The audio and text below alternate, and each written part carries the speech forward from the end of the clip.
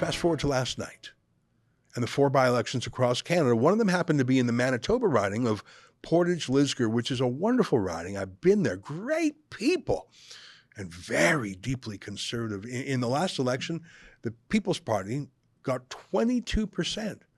Far behind the Conservative Party's Candace Bergen, who was almost at 53%, but Bergen was retiring.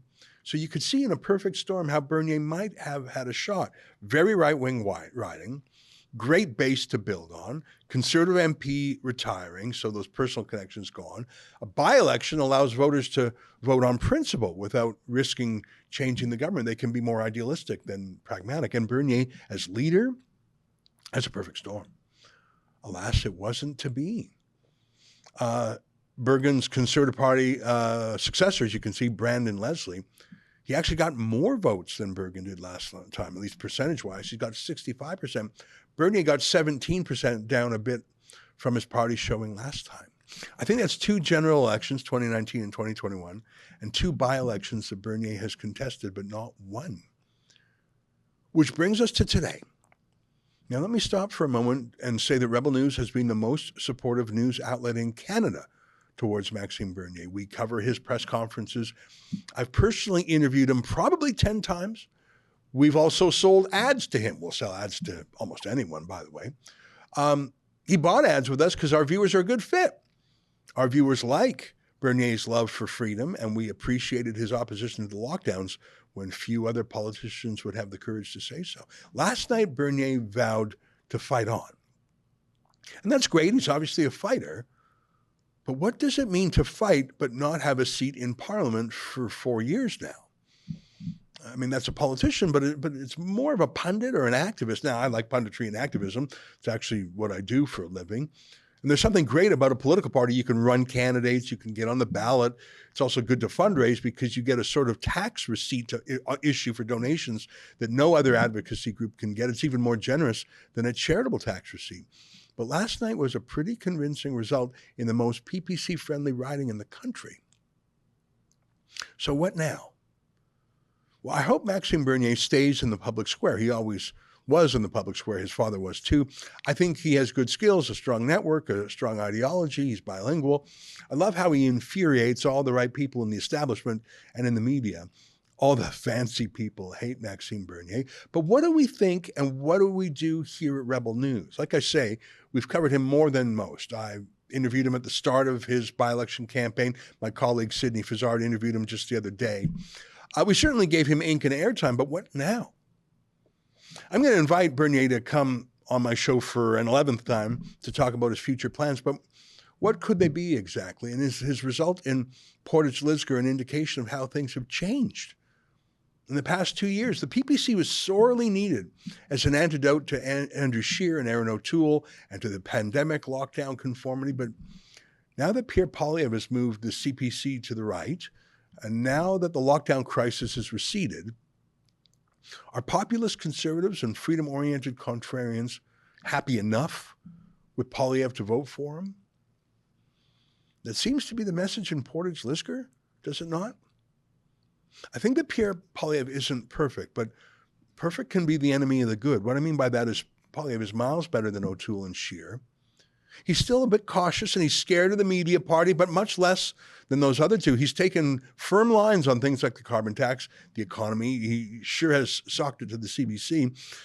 He's obviously still scared to talk about immigration, and he's still shy about Rebel News. He hasn't done a sit-down interview with us, Pierre Poilievre, though when we bump into him at events, he doesn't tend to run away. Bernier isn't scared of anything, but maybe that kind of ideological purity is great for punditry and social media action, but not so much for winning elections. We desperately need to beat Justin Trudeau. Many of the qualms I personally had with O'Toole and Scheer are gone now. No way was I going to support carbon tax lovers and CBC lovers. Really, after losing in 2019 and 2021, isn't it desperately time to win against Trudeau? And you tell me, is it not the fact that there are only 2 people who could mathematically become PM after the next election, Justin Trudeau or Pierre Poilievre? In Alberta last month, the left had a similar choice to make. All the small parties on the left voted strategically. The Green Party, the Liberal Party, the Alberta Party, they all basically evaporated, and their voters coalesced around Rachel Notley, the NDP candidate, the only hope they had to beat Danielle Smith, the Conservative. It wasn't enough, but it was very strategic, and they almost did it. Is that how it might go this time federally? I fear that there will be a bit of an anybody but Conservative vote. As the media demonizes Poilievre, I think you'll see people leaving that empty suit Jagmeet Singh and voting for Trudeau just to block Poilievre. In that way, I fear that Poilievre's healthy lead in the polls today could be a mirage. And so if the left coalesces around Trudeau, if they abandon the Green Party and the NDP to vote for Trudeau, ought not the right to coalesce around Pierre Poilievre? It's hard to say otherwise. I like Bernier very much, and I wish he were in Parliament. I wish he were in government. I wish he had beaten Andrew Scheer, the cowardly dairy lobbyist, back in 2017. But wishing doesn't make it so. And so if the PPC hasn't won a seat in the last two general elections and the last few by-elections, and if another general election is upon us soon, and if Pierre Poilievre is pretty good, if not perfect, and if he's running the most serious campaign against Trudeau we've ever seen, even more serious than Harper's 2015 campaign, shouldn't that be the choice? Now, I put this question to the former Premier of Newfoundland, a great freedom fighter, a great Canadian named Brian Peckford. And here's what he said to me when I asked him. Remember this? Now, your co-plaintiff in the airline mandate case is Maxime Bernier, the leader of the People's Party. And we have quite a strong relationship with Maxime Bernier. We interview him a lot. We find him very interesting. We found him quite principled on a lot of matters, including during the lockdown. And I think we interview him every month or two. And I admire, there's a lot to like about Maxime Bernier, but if I have to be completely, pragmatically, coldly candid, he cannot form the next government. And even when he had a seat, when he had the one seat for his party, he didn't break through. And there were a lot of reasons for that, including they, in my view, illegally kept him out of the leaders' debate. There were a lot of other reasons. Yeah.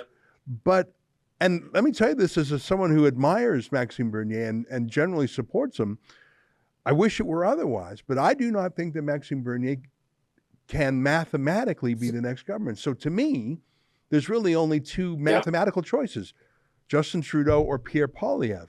And those are the two pragmatic choices, and therefore I will, between those choices, choose Pierre Poilievre. Would you do differently? Yes, I will vote for Maxime Bernier in a flash because I'm looking long term. We have to change the whole structure of this country.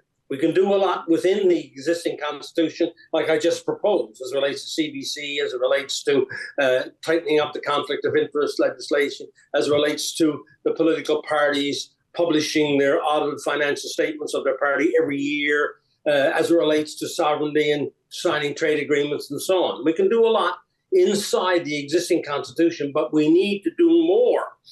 And therefore, we have to start somewhere to begin that reform.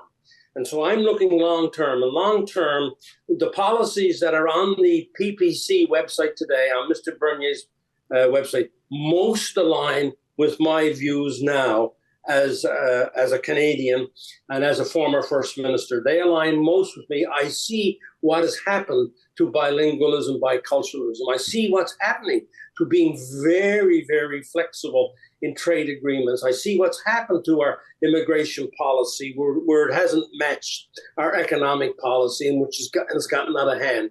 And so we have to start somewhere. And so in however many years I got left, as long as Mr. Bernier sticks with those principles that he has actually put in writing, and by the way, his expenses are right there on his website as well, his financial statements, which I'm asking the other parties to do, I will begin anew to assist him in getting, look, if he could get 3 or 4 seats and to have to be interviewed by the press to start the ball rolling, I think that would be a really good start. Mm-hmm. And having him part of the national conversation and his views could really assist. So you start small, you get a couple of seats or whatever, you get a chance to get your ideas out there, and that could lead to, over the next 2 elections, to them being a very big political force. Mm-hmm. So you got to start somewhere. The Canada is broken. Our democracy has been lost. Our charter has been broken, and therefore this is a long-term project, and we must start now with honesty and real pure system to begin rebuilding our nation. And I can't think of any better way to do it practically than through the PPC. All right, that's good stuff. I take the point, and of course he's right, but I don't want Trudeau to win again. I want to stop him. Every day that goes by, more terrible things are being done in Canada, not just in Parliament, but through executive orders and just spending, and through judges being appointed, and through foreign policy being ordered. Frankly, if we wait too long, who knows what Justin Trudeau will do? Who knows if the internet will even still be free 2 elections from now? And I love Maxime Bernier as a person and as a political activist, but I do not believe that he can win a seat in the next election. In his own way, he helped push the Conservative Party to get rid of O'Toole and to usher in Poilievre. He showed by example how a true freedom fighter sides with the truckers, and he shamed the Conservative Party of Canada MPs into following his lead. And Erin O'Toole's attempt to stamp that out was the cause of O'Toole's ouster. Bernier helped with that. He helped improve the Conservatives from the outside. I'm not a politician and I'm not a member of a party, but I can say it is time for Canada to get rid of Trudeau, and people who value freedom and privacy and national sovereignty should vote like the next election is their last election, because given Trudeau's madness, given his illegal invocation of martial law, given his obsession with censoring the internet and his prosecution and jailing of his political enemies, it just might be our last election. That was an excerpt from the Ezra Levant Show. I'm Ezra Levant. Every weekday, I do a monologue about the topic of the day. Then I interview a fascinating guest either in studio or via Skype. And then I read your mail, whether it's fan mail or hate mail, which is sometimes even more interesting. This is on our premium service, though, called Rebel News Plus.